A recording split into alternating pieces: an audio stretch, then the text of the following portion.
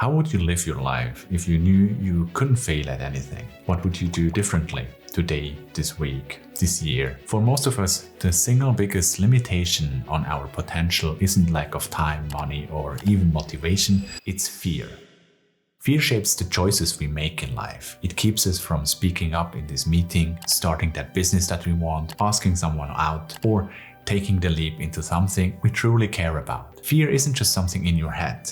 It's your body's ancient threat reflex firing up, an autopilot system designed to keep you alive. The problem is that this system is generic. It doesn't know the difference between a tiger in the bushes and a tough conversation at work. That's why it shows up everywhere, big and small. In this video, I will show you 4 powerful ways how you can master your fear, not by trying to erase it, but by working with it. You will learn how to define and shrink your fears using a process called fear setting. You will discover how breathwork directly connects to your nervous system and helps you stay calm under pressure. We will talk about exposure therapy and how to apply the same principles you would use in a gym to make your courage stronger over time. And I will show you deliberate practices like cold exposure and mantras to train your mind and body to handle fear with more grace. By the way, before we begin, if you would like to access my free guide with guided breathwork videos on overcoming fear and limiting beliefs,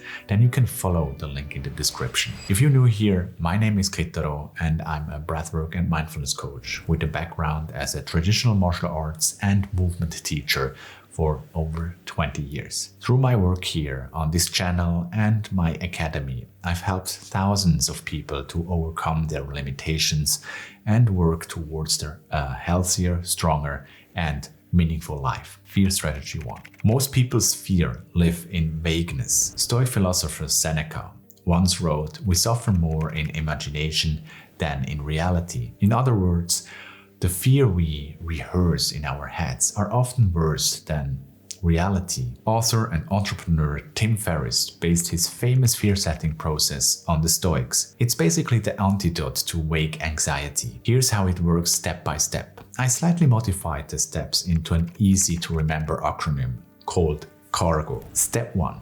Clarify. Write down the fear clearly. This helps you to be as specific as possible in describing your worst-case scenario. Step 2. Avoid. Ask, what could you do to avoid or prevent the worst-case scenario from happening? Step 3. Restore. If the worst did happen, how could you recover? Usually, the unrecoverable disaster isn't as bad as our minds make it out to be. Step 4. Gain. Ask yourself, if I took this step, how might my life improve? What new opportunities, skills, or relationships might open up? Most people never stop to imagine the positive scenarios, so fear becomes the only thing their brain rehearses. Step 5. Ongoing cost of inaction. Now flip the script. If I let this fear control me, what will my life look like in 3, 6, or 12 months? Usually that's far more scarier than the fear itself. Time passes quickly and inaction compounds like interest, but in the wrong direction. The benefit of this process is clarity. You stop negotiating with the fog and start wrestling with something concrete. Research supports this finding. Studies in cognitive behavioral therapy demonstrate that defining fears reduces anxiety and enhances problem-solving effectiveness. The amygdala, our threat detector in our brain, fires hardest when things feel vague and undefined. The act of writing down fears actually engages your prefrontal cortex, the brain's planning and logic center. That's how you move from a raw emotional reflex into a more structured response. Fear setting is basically structured cognitive therapy that you can do on your own. I try to do this regularly. For example, I did this before quitting traditional Kung Fu under a very egocentric master that I followed for 15 years. I also did this before selling everything I owned and quitting my job to hike around the world for almost a year. All those difficult decisions led to amazing things, but they were very hard for me to decide and to act on. And without doing this fear-setting process prior to those decisions, I probably wouldn't have made them. So I'm really thankful for this process. fear strategy 2. So now you have defined your fear on paper, but when the moment comes, your body still betrays you. Sweaty palms, racing heart, shallow breaths, frozen tongue. Why? Because fear isn't just a thought, it's a full body reflex and experience. Your nervous system has two sides. The sympathetic system, your accelerator, priming you for fight or flight, and the parasympathetic system, which is your brake, helping you to calm down and recover. So fear smashes the accelerator in your nervous system, which is great if you're running from danger, but not so helpful if you're just giving a presentation or a talk. But here's the good news. Breath is the lever between those two gears of your autonomic nervous system. You can't slow your heart by willpower. You can't tell your adrenaline to back off. But by changing your breathing, you shift the balance. Think of it like a seesaw.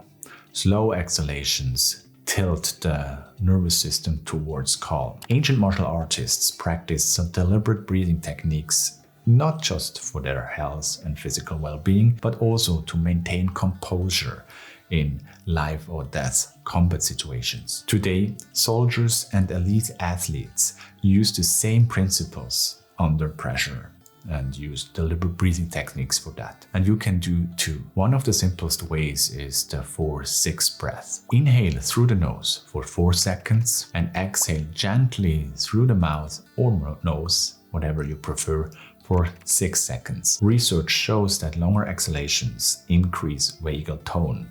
That's the influence of the vagus nerve, the main parasympathetic highway network. Long exhales flip your body's switch from fight or flight into calm and clear and recovery. The number of seconds you exhale is not set in stone. You can go for longer or you can go for shorter. The important part is that you gradually calm down your breathing by making the exhale longer. So next time your fear rises, don't try to think your way out. Breathe your way out. Fear strategy number 3. Here's the paradox with fear. The more we avoid it, the bigger it grows. But facing fear in the right dose shrinks it. That's the principle behind exposure therapy. And if you've ever been in a gym, you already understand how it works. By principle. Think about building muscle. You don't walk in and deadlift 200 kilos on day 1. You start with manageable weight, repeat it, and gradually add more. Over time, your body adapts to that load, and then you can go heavier. This is the principle of progressive overload.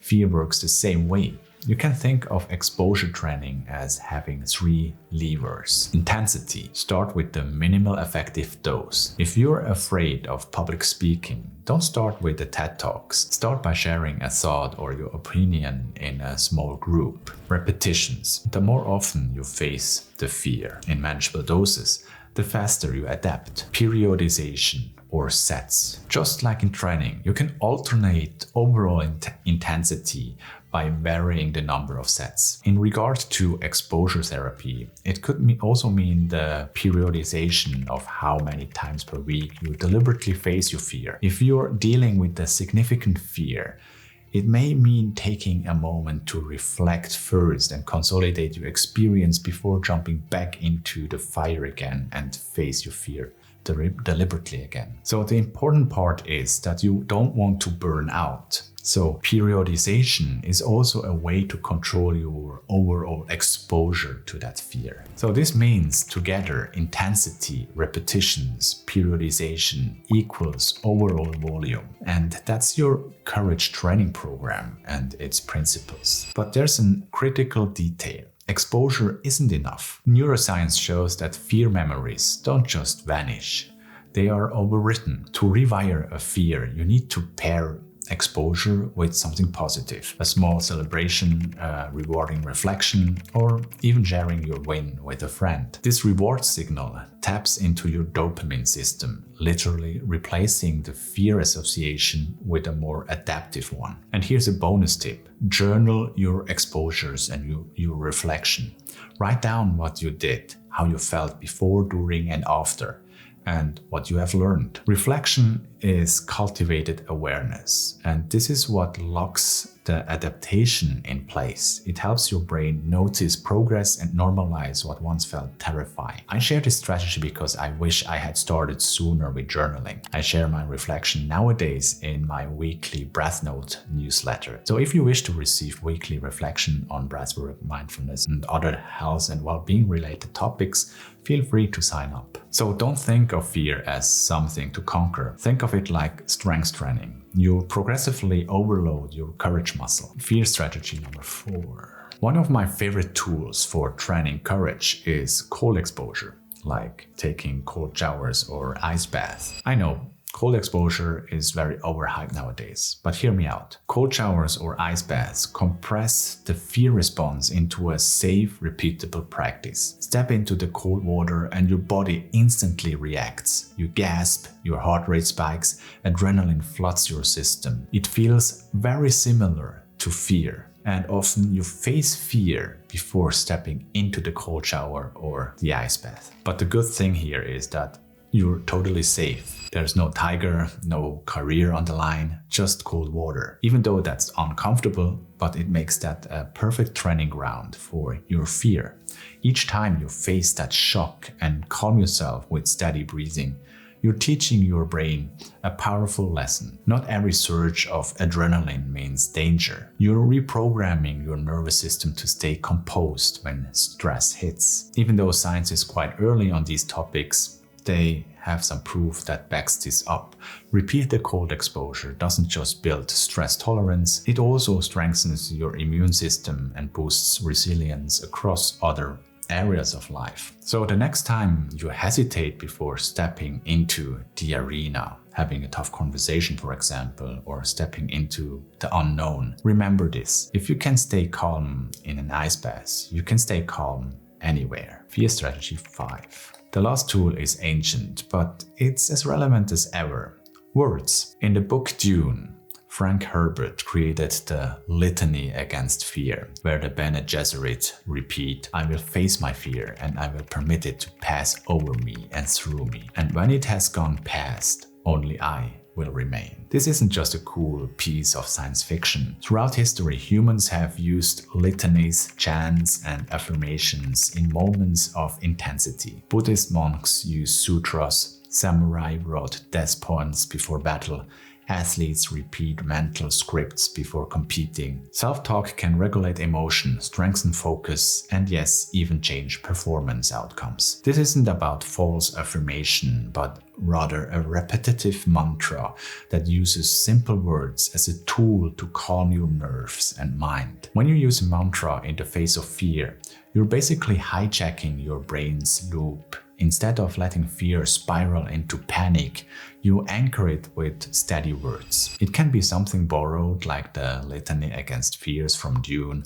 or something personal. For example, fear is a teacher, not my master. Fear is a teacher, not my master. And I repeat this. Or something like, this too will pass. Or breathe, stay, act. Just something very simple that you can repeat with words that has an effect on your mind. Words can break the loop of fear and remind you that you are in control. Fear isn't the enemy. It's a signal, a training partner, even a compass pointing towards what matters. If you avoid fear, it grows. If you define it, face it, and train with it, fear becomes fuel. The question isn't whether you feel fear. You will, you certainly will.